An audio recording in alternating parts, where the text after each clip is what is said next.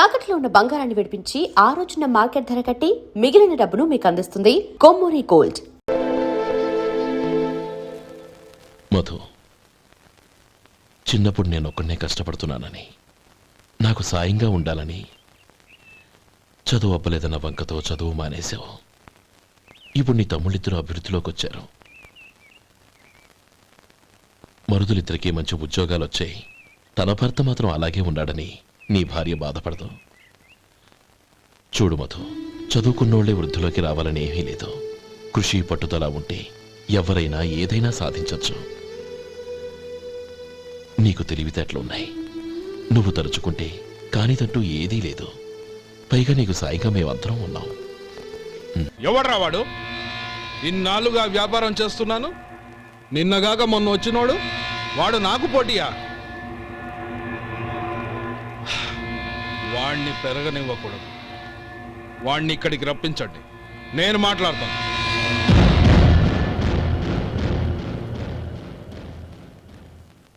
నమస్కారం అండి. రమ్మన్నారంట? నీ పచ్చళ్ళ కంపెనీ మూసేయాలి. నీకెంత కావాలి? 5 లక్షలు ఇస్తాను. చాలా? 5 లక్షలు కాదు, 50 లక్షలు ఇచ్చినా నా కంపెనీ మూయడం జరగదు. బాగా ఆలోచించుకొని చెప్పు. ఈ వ్యాపారంలో పుట్టి పెరిగినోడ్ని, నాతో పోటీ పడకు. నా చేతి కింద 6,000 మంది పనిచేస్తున్నారు. ఆంధ్ర మొత్తం నాకు బ్రాంచులు ఉన్నాయి. నేనే మార్కెటింగ్ చేయలేకపోతున్నాను. ఆఫ్టర్ ఆల్ ఒక కుటీర పరిశ్రమలా పెట్టుకొని నువ్వెలా మార్కెటింగ్ చేయగలవు? 6,000 మంది వర్కర్స్ని పెట్టుకుని ఆంధ్ర మొత్తం బ్రాంచీలున్న మీరే నా కంపెనీ చూసి భయపడుతున్నారంటే నా సరుకులో నాణ్యత ఉందనేగా. ఆ నాణ్యత ఉన్నంత వరకు నాకెవరూ పోటీ కాదు. ఈ ప్రపంచంలో నేను ఎక్కడైనా మార్కెట్ చేయగలను. వస్తాను.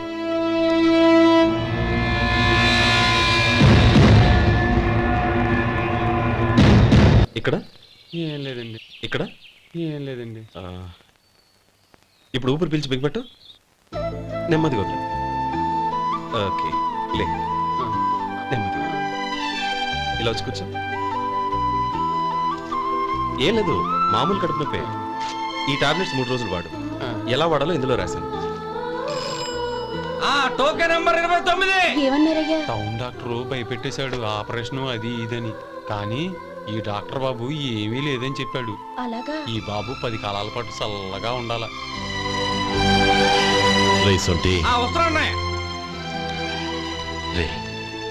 భగవంతుడి దయ వల్ల తమ్ముడు హస్తవాసి మంచిదని అప్పుడే పేరొచ్చిందిరా. తమ్ముడిని దగ్గరుండి జాగ్రత్తగా చూసుకో. పని హడావుల్లో పడి వేళకి భోంచేయడము. అబ్బే అదే లేదన్నయ్య. 1 గంటకల్లా పేషెంట్ కట్టు, భోజనం పెట్టు. అది అలా జాగ్రత్తగా చూసుకో. నేను చూసుకుంటాను కదన్నయ్య, నువ్వు వెళ్ళు.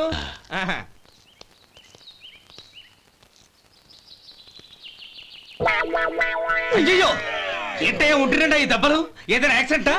అదేం కాదండి, మరి గోరు కొరికినందుకు ఎలక్ట్రిక్ స్తంభానికి కట్టేసి ఇలా రక్తం వచ్చేలా కొట్టారండి. ఊరు కొరికినందుకు ఎలక్ట్రిక్ స్తంభానికి కట్టేసి ఇంతలా కొడతారా? వాళ్ళ అసలు మనుషులా, రాక్షసులా? చాలా థ్యాంక్స్ అండి. కనీసం మీరైనా అర్థం చేసుకున్నారు. వాళ్ళు అర్థం చేసుకోలేదండి.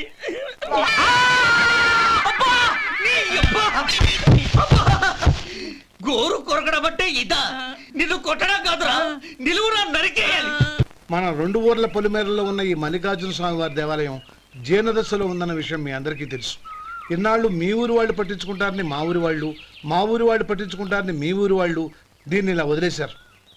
ఈ గుడి మీ ఊరికి ఎంత ముఖ్యమో మా ఊరికి అంతే ముఖ్యం. కాబట్టి మన ఇరు గ్రామ ప్రజలు కలిసి దాన్ని బాగు చేయించి కుంభాభిషేకం చేయించాలనే సదుద్దేశంతో ఒక కమిటీని ఏర్పాటు చేశాం. ఈ కమిటీలో 2 గ్రామాలకు సంబంధించిన ప్రముఖులు ఉన్నారు. కమిటీ ప్రెసిడెంట్గా ఎవరిని ఎన్నుకోవాలనే విషయంలో శ్రీ గోపాలరావు గారి పేరు, శ్రీ లక్ష్మీపతి గారి పేరు పరిశీలనలోకి వచ్చాయి. అందువలన మేమందరం బాగా ఆలోచించి తర్జన భర్జనలు చేసిన మీదట శ్రీ గోపాలరావు గారే అన్ని విధాలా ప్రెసిడెంట్ పదవికి అర్హులని ఈ కమిటీ నిర్ణయించడం జరిగింది.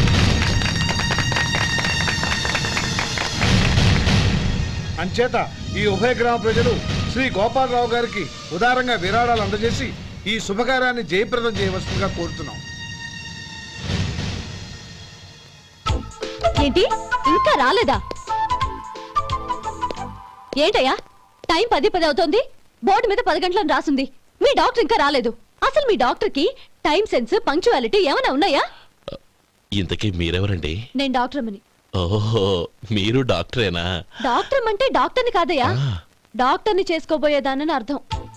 ఓహో, అవును, నువ్వెవరు? నేను ఇక్కడ టోకన్ ఇస్తూ ఉంటానులేండి. తప్పుకో, ఆ? తప్పుకోవయ్యా. అవును, మీ డాక్టర్ కి ఎవరో అన్నయ్య ఉన్నాడంట కదా, ఎలాంటోడు? ఎలాంటోడంటే అదేనయ్యా, చాలా కోపిస్తని విన్నాను. ఎందుకని అడుగుతున్నారు? ఎందుకంటావేంటయ్యా?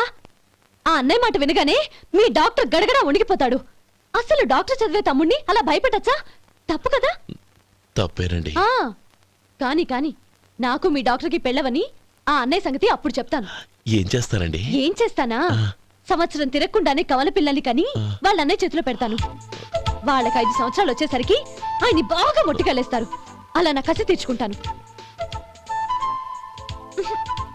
ఈ డాక్టర్ ఎప్పుడు వస్తాడో ఏంటో. అది సర్లే కానీ నువ్వు పని చేయి. మీ డాక్టర్ రాగానే నేను వచ్చి వెళ్ళానని చెప్పు. నేను అంటే ఓ, నా పేరు చెప్పలేదు కదా, నందిని. ఏం చెప్తావు? అదేనండి, నందిని గారు వచ్చి వెళ్ళారు అని చెప్తాను. గుడ్, పైకొస్తావు.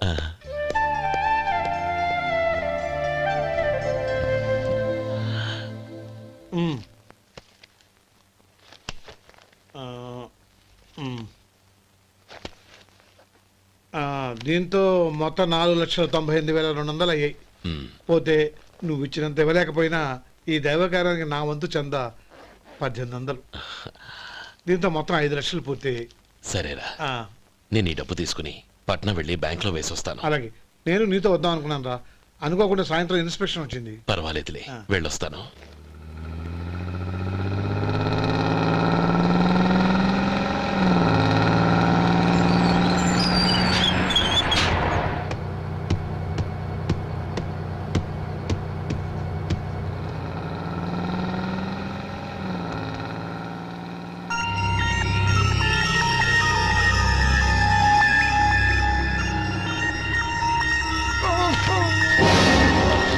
అయ్యో, మూర్ఛ మూర్ఛ, బసాపండి బసాపండి.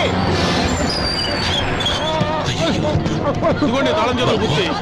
ఈ తాళాలు చేతిలో పెట్టండి. వీటి వల్ల ప్రయోజనం లేదు. 4 ఖర్చుకోకుండా పళ్ళ మధ్య పెట్టడానికి గట్టిగా అది నోట్ అయిపోయి. ఇదిగో ఇది చూడండి.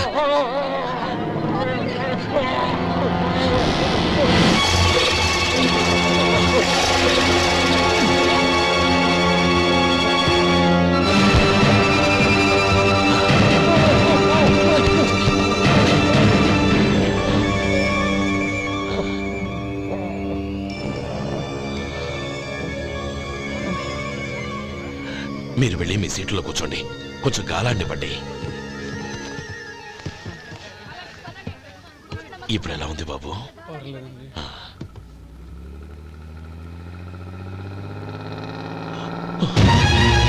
అయ్యో, నా బ్యాగ్ ఎవరైనా చూసారా? అందులో 5 లక్షలు ఉన్నాయి. నా బ్యాగ్ వెంటనే బస్తాపండి. ఎవరిని కింద దిగవద్దు, అందరినీ చెక్ చేయండి. నా అంచనా తప్పు కాలేదు. వాడి మంచితనమే వాడిని దెబ్బకొట్టింది. మన వాళ్ళని పంపించి గుడి తాలూకు డబ్బు కొట్టేశాడని పోలీస్ కంప్లైంట్ ఇవ్వండి. ఇప్పుడు ఆ స్టేషన్లో ఎస్ఐ వాడి తమ్ముడే. వాడే వెళ్ళి వాడి అన్నయ్యని అరెస్ట్ చేసి వీధుల్లో నడిపించుకు తీసుకురావాలి. అది నేను కళ్ళారా చూడాలి, మనసారా సంతోషించాలి. అయ్యో గోపాలం గారు, గోపాలం గారు, మీరు దేవస్థానం సొమ్ము దొంగిలించారని ఎవరో పోలీస్ కంప్లైంట్ ఇచ్చారంట. మిమ్మల్ని అరెస్ట్ చేయడానికి మీ తమ్ముడు గారు వస్తున్నారు.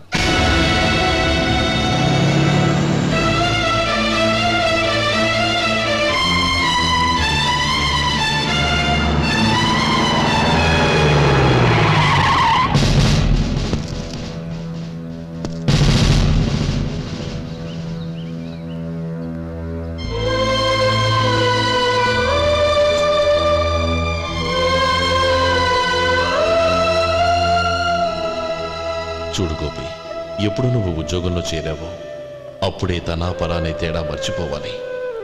నేరం చేసిన వాడు నీ తమ్ముడైనా అన్నైనా సరే శిక్షించాల్సిన బాధ్యత నీది. అదే నువ్వు నీ ఉద్యోగానికి ఇచ్చే గౌరవం.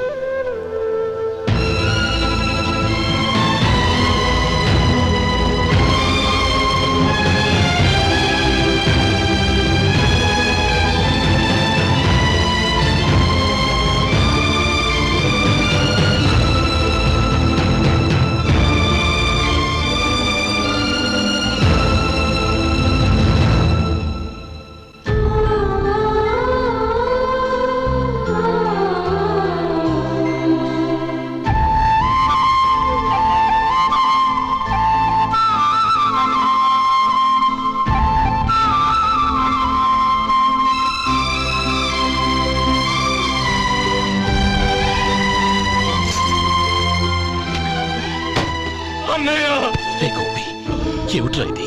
నన్ను క్షమించన్నయ్య. నేను కోరి ఉద్యోగుల చేరిన మాట నిజమే, కానీ ఇలాంటి పరిస్థితి ఎదురవుతుంది అనుకోలేదు. నా ఒంట్లో ప్రతి రక్త పట్టు నీ భిక్షానన్నయ్య.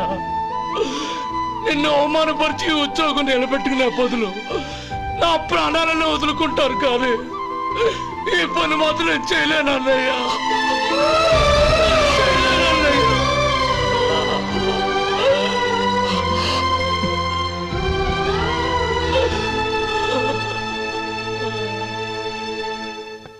ఏరా, ఇన్నేళ్లు కష్టపడి సంపాదించిన ఉద్యోగానికి రాజీనామా చేస్తావా?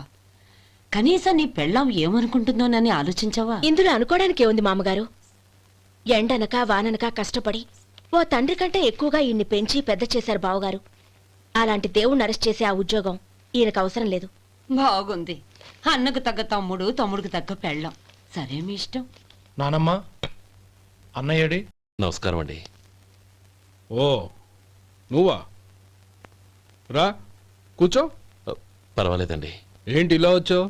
ఆ రోజు నా కంపెనీని మూసేయమన్నారు. ఇప్పుడు నేను మూసేయడానికి సిద్ధంగా ఉన్నాను. దానికి ప్రతిఫలంగా నాకు 5 లక్షలు కావాలి. అలాగే, నీకు కావలసిన 5 లక్షలు నేను ఇస్తాను. చాలా థ్యాంక్స్ అండి. కానీ మీరు మీ కంపెనీని మూసేయక్కర్లేదు. సార్, అవును మిస్టర్ మధు, మీ అన్నగారికి జరిగిన అన్యాయం గురించి తెలుసుకున్నాను.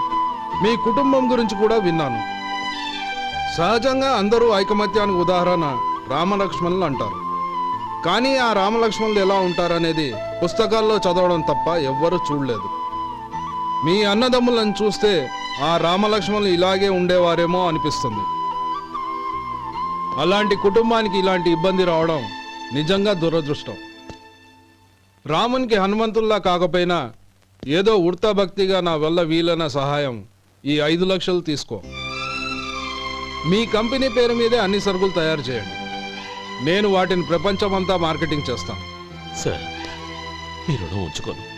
తొందరలోనే తీర్చేస్తాను. స్నేహితుల మధ్య రుణాలేంటి మధు? We are friends.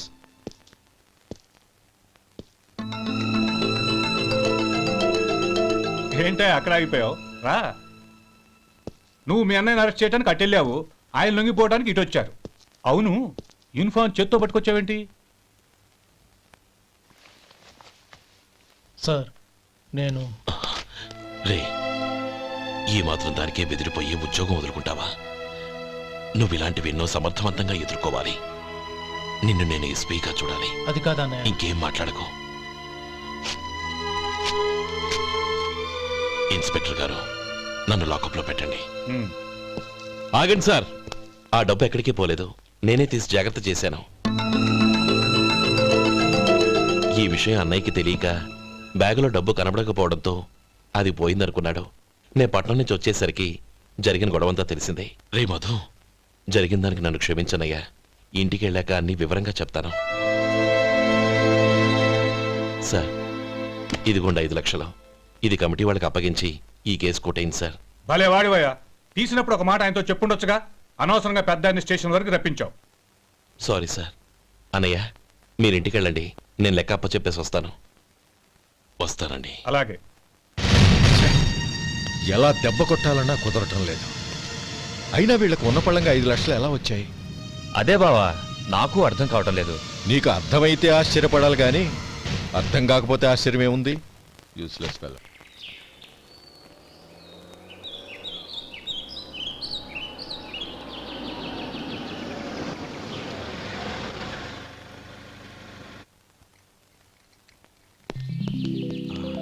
నువ్వు ఇక్కడే ఉండు. అన్నయ్య మూడు ఎలా ఉందో చూసి నేను లోపలికి తీసుకెళ్తాను. ఓకే? అలాగే.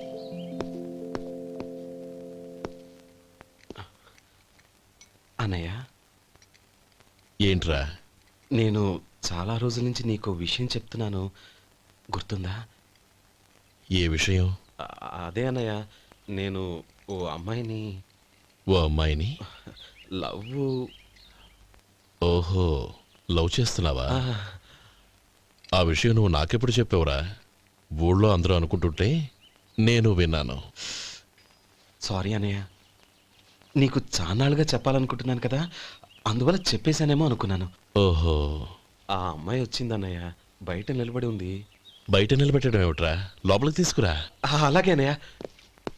ఏయ్, అన్నయ్య మంచి మూడ్లో ఉన్నాడు, రా. కమ్.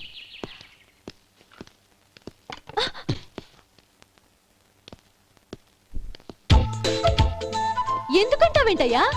ఆ అన్నయ్య మాట వినగానే మీ డాక్టర్ గడగడ వణికిపోతాడు. అసలు డాక్టర్ చదివే తమ్ముడిని అలా భయపెట్టచ్చా? తప్పు కదా. తప్పేనండి. ఆ, నమస్కారం మేడం. నమస్కారం. అదేంట్రా, మనిషో పక్కనుంటే నమస్కారం ఇంకో పక్కన ఉంది. అది మర్యాద అన్నయ్య, మర్యాద. ఆహా, అవును, నీ పేరేంటమ్మా? నందిని. ఆ నందిని. నందిని అన్నయ్య. ఏ, ఆ మొక్క తను చెప్పలేదా? పెద్దలంటే మహాగౌరవం అన్నయ్య. మేమిద్దరం ఇంత క్లోజ్ ఫ్రెండ్స్ కదా, ఆయన నాతో కూడా ఎక్కువ మాట్లాడదు. ఓహో, కదా. నాకు మీ డాక్టర్కి పెళ్ళవని, అప్పుడు అన్నయ్య సంగతి చెప్తాను. ఏం చేస్తారండి? ఏం చేస్తానా? సంవత్సరం తిరగకుండానే కవల పిల్లల్ని కని వాళ్ళ అన్నయ్య చేతిలో పెడతాను. వాళ్ళకి 5 సంవత్సరాలు వచ్చేసరికి ఆయన్ని బాగా ముట్టిగలేస్తారు. అవును, అమ్మాయి మోహం చూడకుండా నిర్ణయం ఎలా తీసుకోనరా? తలెత్తు.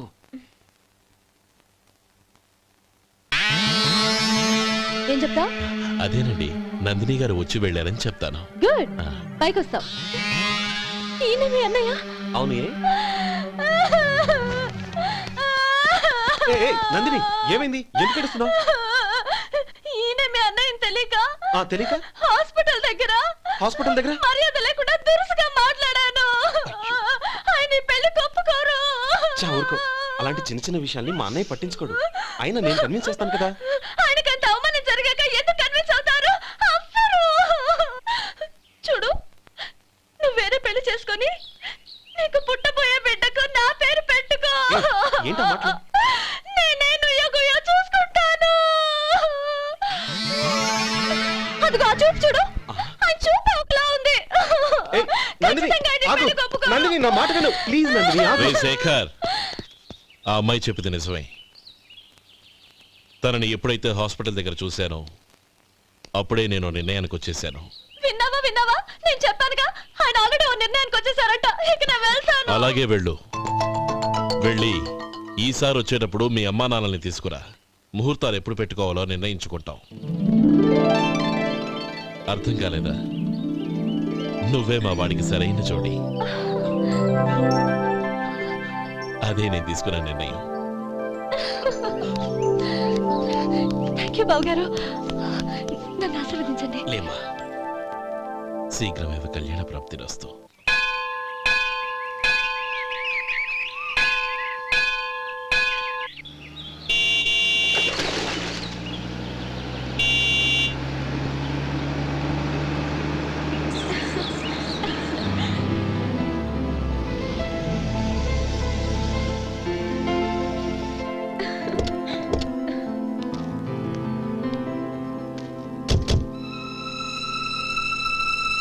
రామా,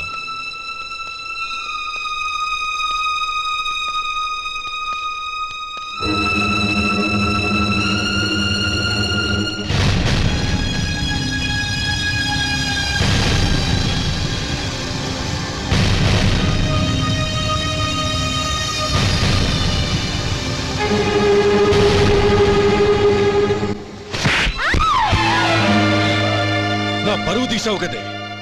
ఒక బెచ్చగాడిని నువ్వు కోరుకున్న వాడికి ఇచ్చి చేసేవాడిని. కానీ నువ్వు ఎవరిని ప్రేమించావో తెలుసా? ఎవడి నీడ సోకితే పంచమహాపాతకాలు అంటుకుంటాయనుకుంటున్నానో వాడి తమ్ముణ్ణి. ఆ రోజు ఆ గోపాలం గాడు నిశ్చితార్థం వరకు వచ్చి నా చెల్లెల్ని చేసుకొని వెళ్ళిపోయాడు. ఆ ఆవేశంలో తొందరపడి ఓ పొరుగురు వాడికి నా చెల్లెల్నిచ్చి పెళ్లి చేశాను. ఆ తర్వాత తెలిసింది వాడికి అంతకుముందే పెళ్లి అయిపోయిందని. వాడు పెళ్ళైన వాడైనా పర్వాలేదు, పరమ దుర్మార్గుడు. ఇంకొకరిని ప్రేమించిన దానివేగా అని దెప్పి పడుస్తూ నా చెల్లెలకి మాటలతోనే నరకం చూపించాడు. అటు ప్రేమించిన వాడు దగా చేశాడు, ఇటు చేసుకున్నవాడు కిరాతకుడు. ఇలా చిత్రవధ అనుభవించి నా చెల్లెలు ఒకరోజు స్టవ్ పేలిపోయి చనిపోయింది. దీనికంతటికి కారణం ఎవరు? వాడు అన్న. అటువంటి వాడింటికి కోడలుగా వెళ్తావా? ఒక్క మాట చెప్తున్నాను విను. నువ్వు జీవితాంతం పెళ్లి చేసుకోకుండా ఇంట్లో పడినా పర్వాలేదు, కానీ వాడి తమ్ముడితో మాత్రం నీ పెళ్లి జరగదు. రేయ్, పురోహితుని రమ్మని చెప్పు. వచ్చే ముహూర్తంలోనే నీకు నందినికి పెళ్లి.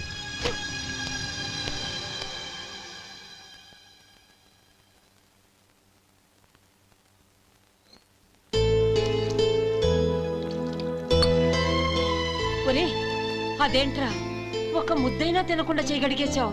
నాకు ఆకలి కాలేదు నానమ్మ.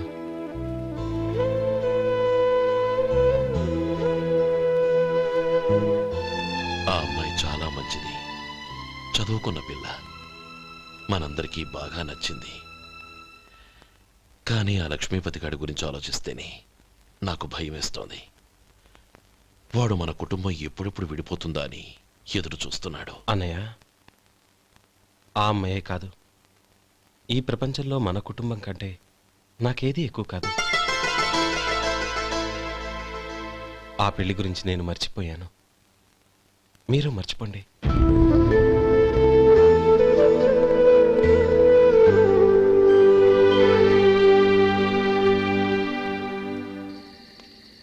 శేఖర్, నువ్వా? ఏంటి ఈ టైంలో వచ్చావు? నీతో ఓ విషయం మాట్లాడాలి. ఒకసారి బయటకు వస్తావా?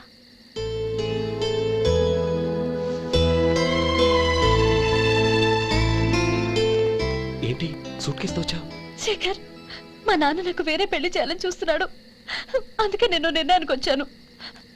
మన ఇద్దరం ఎక్కడికైనా పారిపోదాం. చూడండి, ఈ టైంలో నిన్ను నన్ను మా అన్నయ్య చూసాడంటే బాగోదు. నువ్వు వెళ్ళిపో. అన్నయ్య అన్నయ్య అన్నయ్య, ఎప్పుడు మీ అన్నయ్య మాటేనా?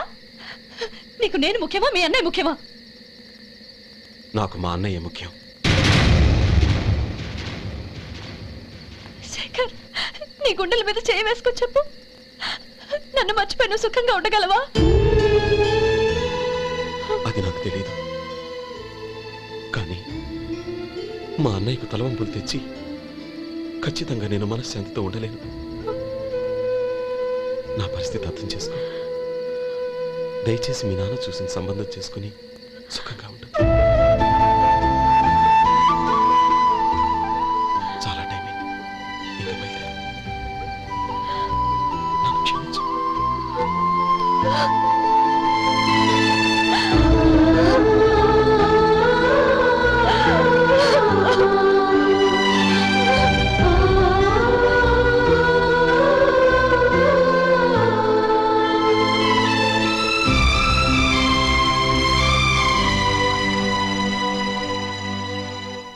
ఏంట్రా అలా మౌనంగా కూర్చున్నావు? ఏం లేదురా, కోరుకున్న అమ్మాయి రా పారిపోదామని వస్తే మా అన్నయ్య బాధపడే పనేది నేను చెయ్యలేను, నన్ను క్షమించని ఆ అమ్మాయిని పంపించేసాడ్రా నా తమ్ముడు. అదిరా వాడికి నా మీద ఉన్న అభిమానం. ఇంతవరకు వాడు అడిగింది ఏదీ నేను లేదని లేదు. ఒక అన్నగా వాడి పట్ల నా బాధ్యతలన్నీ నెరవేర్చాను. అలాంటిది ఈరోజు వాడు మనసారా కోరుకున్న అమ్మాయిని వద్దని నేను ఎలా చెప్పగలనురా? వాడి సంతోషం కంటే నాకు కావాల్సిందే ఉంది. అందుకే నేను ఒక నిర్ణయానికి వచ్చాను. And for more videos, please subscribe to iDream. Please subscribe to iDream. Please subscribe iDream. And please subscribe to iDream. For more videos, subscribe to iDream. please like, share and subscribe to the channel. Congratulations, iDream. Subscribe to iDream. Subscribe to iDream. So subscribe to iDream Media. iDream ki iDream team andarki huge congratulations. Please subscribe iDream Media. Please subscribe to iDream. Subscribe iDream. Please subscribe to iDream. iDream అంటే నా కళల channel subscribe చేసుకున్న నోరు తిరుగుతలేదు. మీరైతే గంట గుర్తు కొట్టండి. For more such videos, please subscribe to iDream. Subscribe to iDream. Please subscribe to iDream. Please subscribe iDream Media. Please do subscribe to iDream. Please subscribe to iDream Media. For best entertainment and information, please subscribe iDream. And don't forget to subscribe to iDream.